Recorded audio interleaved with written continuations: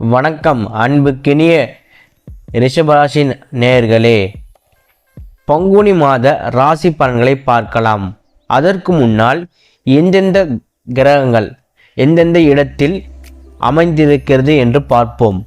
மேஷத்தில் குருவும், கன்னியில் கேதுவும், துலாத்தில் சந்திரனும், மகரத்தில் செவ்வாய் சுக்கிரனும், கும்பத்தில் சனியும் சூரியனும் புதனும், மீனத்தில் ராகுவும் அமைந்திருக்கிறார்கள்.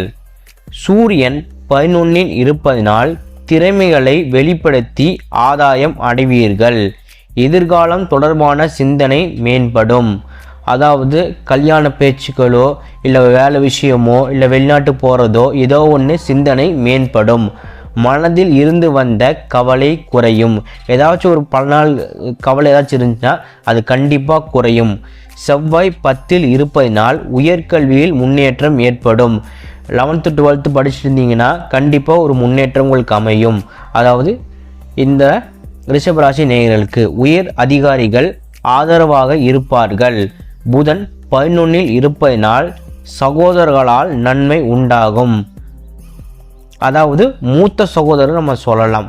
சுபகாரியங்களை முன்னின்று நடத்துவீர்கள். ஏதாச்சும் கல்யாணமோ காது குத்தோ கடாவெட்டோ ஏதோ ஒன்று முன்னாடி நீங்கள் நடத்துவீர்கள். சுக்கிரன் 10இல் இருப்பதனால் வெளிவட்டாரத்தில் செல்வாக்கு அதிகரிக்கும். குடும்ப பெரியோர்களிடம் இருந்து வந்த கருத்து வேறுபாடுகள் விலகும். பெரியம்மா கூட சண்டை, மாமா கூட சண்டை, இந்த மாதிரி அவங்களோட சண்டை, தாத்தா பாட்டியோட சண்டை அப்படியெல்லாம் இருந்து வந்தால் கண்டிப்பாக இந்த மாதம் விலகும். முயற்சி பண்ணி பாருங்கள். பங்குனி 19 முதல் சுக்கிரன் 11இல் இருப்பதினால் வியாபார பணிகள் திறமை வெளிப்படும். பலதரப்பட்ட மக்களின் அறிமுகம் உண்டாகும்.